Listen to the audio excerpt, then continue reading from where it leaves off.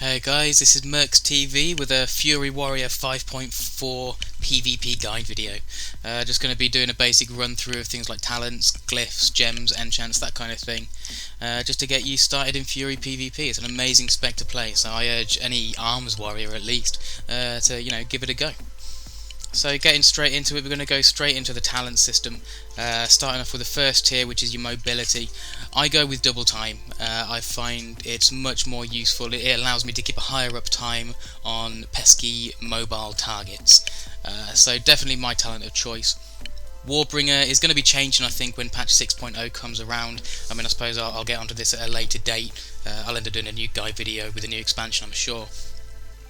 Basically what it does at the moment is it just roots your target in place, so it's not really that useful, I don't think, because roots and snares can be easily broken. Juggernaut is just as useful as double time, really. It allows you to charge every 12 seconds instead of every 20, but at least you know that you'll be guaranteed a rage increase when you do use the charges, not like with double time.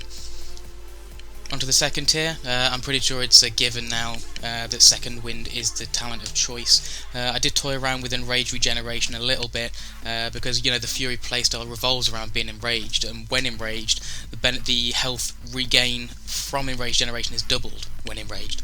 I thought it would work a little bit better than it actually did. It wasn't really as good, I found, as Second Wind. So 9 times out of 10, I'd say go with Second Wind. The third tier, Staggering Shout, Piercing Howl, or Disrupting Shout. As of the upcoming patch 5.4.7, Disrupting Shout is now going to share a 15-second cooldown with Pummel, meaning that if you pummel, you won't then be able to use your Disrupting Shout for another 15 seconds, by which time Pummel will already be up. So unfortunately, with the next patch, I think this will lose quite a lot of its utility, especially in arena situations. Staggering Shout, I think, is personally my favourite talent. It means again that I get to keep on top of my targets, because the first thing I do when I charge in is put a hamstring on my target, whether it's a caster, a melee, whatever. So Staggering Shout will ensure that I keep them rooted in place. It will break on damage, on a certain amount of damage, but at least you've got them rooted. Piercing Howl is obviously also useful because it allows you to snare people within a 15-yard radius, reduces them to 50% for 15 seconds, so yeah, definitely very useful, but personally I stick with Staggering Shout. On the next tier, fourth tier, you've got Bladestorm, Shockwave and Dragon Roar. Bladestorm's great, I mean it's the renowned sort of LOL Storm or Rex Storm, whatever you'd like to call it. It is great just watching your enemies suffer a massive amount of damage under your Bladestorm, especially when you couple it with things like either Avatar or Bloodbath and your other, cooldowns and procs and stuff. Shockwave is the next talent. It basically just gives you a lot more control. It adds a little bit of damage, but it is quite negligible in my eyes. But it adds that extra 4-second stun, so it gives you more control, again in arena or RPG settings. Definitely very useful. Dragon's Roar, however, my god, Dragon's Roar is just something else. Especially for myself, I play Single-Minded Fury, which I personally prefer to Titan's Grip. Single-Minded Fury increases the damage that you do by 35%. So when you take a Dragon's Roar and you stick it with Recklessness, Skullbanner and Avatar, and you do a Dragon's Roar, you are doing ridiculously big crits. It crits every single time. It's a guaranteed critical strike, and it ignores all the armor on the target. It does a huge amount of damage. So if you're playing Single-Minded Fury, which I would definitely recommend, definitely go for Dragon Roar. It is exceptional.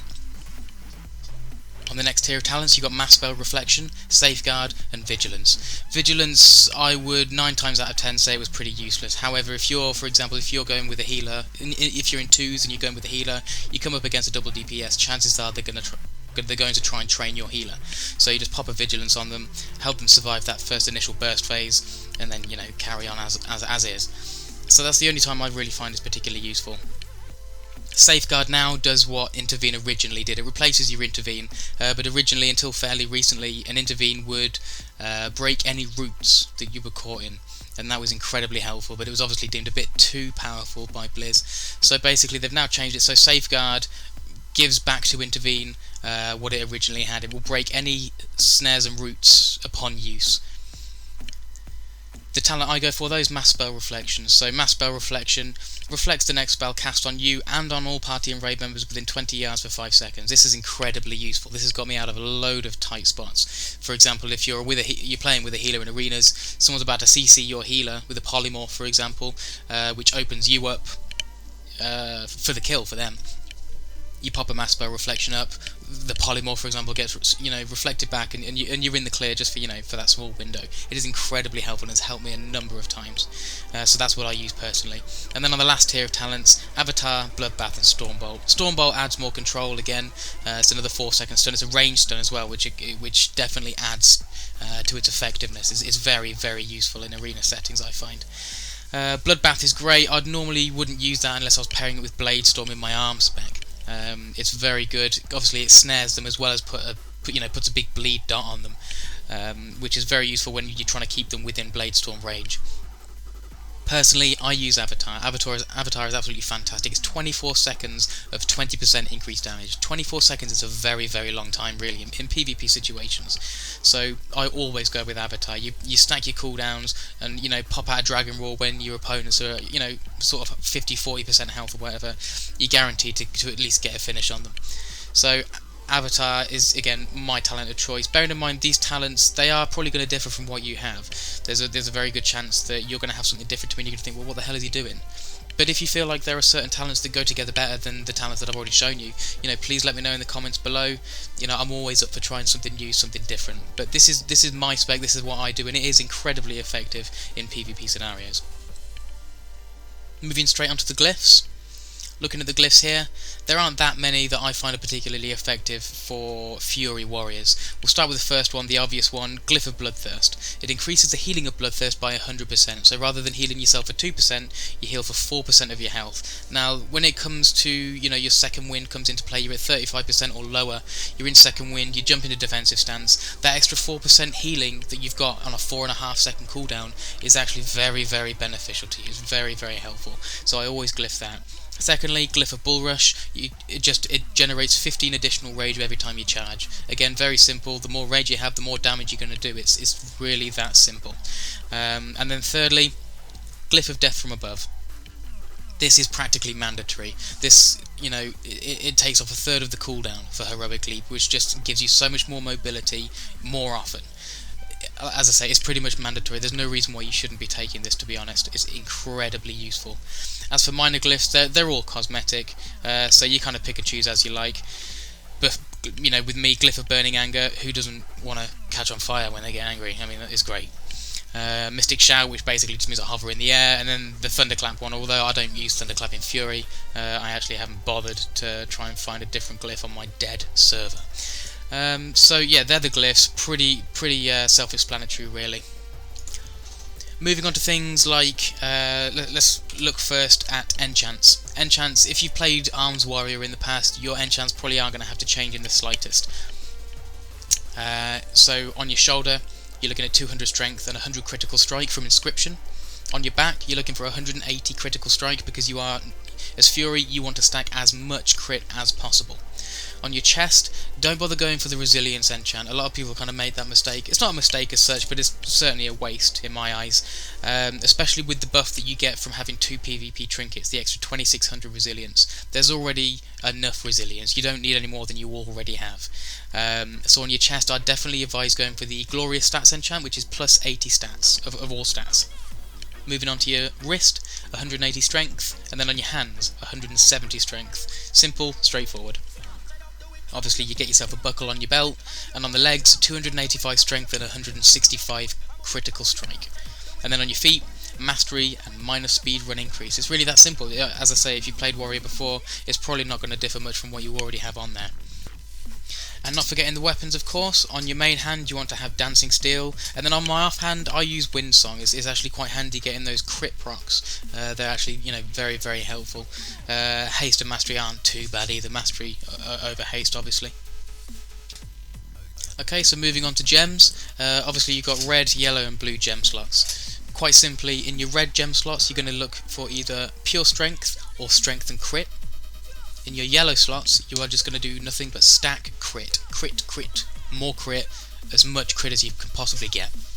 And then on your blue gem slots, you're going to be looking at either strength and PvP power, or critical strike and PvP power. I personally would rather use the critical strike and PvP power, because, as I say, as a Fury Warrior, you want as much crit as you can possibly get, as much as you can possibly get. With your meta gem, there is obviously the reverberating primal diamond, which adds strength and critical strike damage bonus. Or there's the tyrannical primal diamond, which is 665 PvP power and 775 PvP resilience. If you tend to play more defensively in PvP, I'd certainly go for the tyrannical primal diamond. But if you're just looking for pure damage and nothing more, there's certainly nothing wrong with going with the reverberating primal diamond. So your stat priorities, as with Arms Warrior PvP, you're going to be looking for exactly the same thing. So again, if you've already been playing Arms up till now, you're not going to have to really do much in terms of reforging gear, that kind of thing, to, play optimally. You're going to be looking for 3% hit and 3% expertise, and then on top of that, you're going to go for crit, mastery, then haste. Simple as that. There's nothing more that you want other than crit. Your whole playstyle revolves around you getting critical strikes off your bloodthirsts for rage and blow procs and enrages. It's really that simple. On top of that, your mastery will increase the amount of damage you deal while enraged by whatever percentage.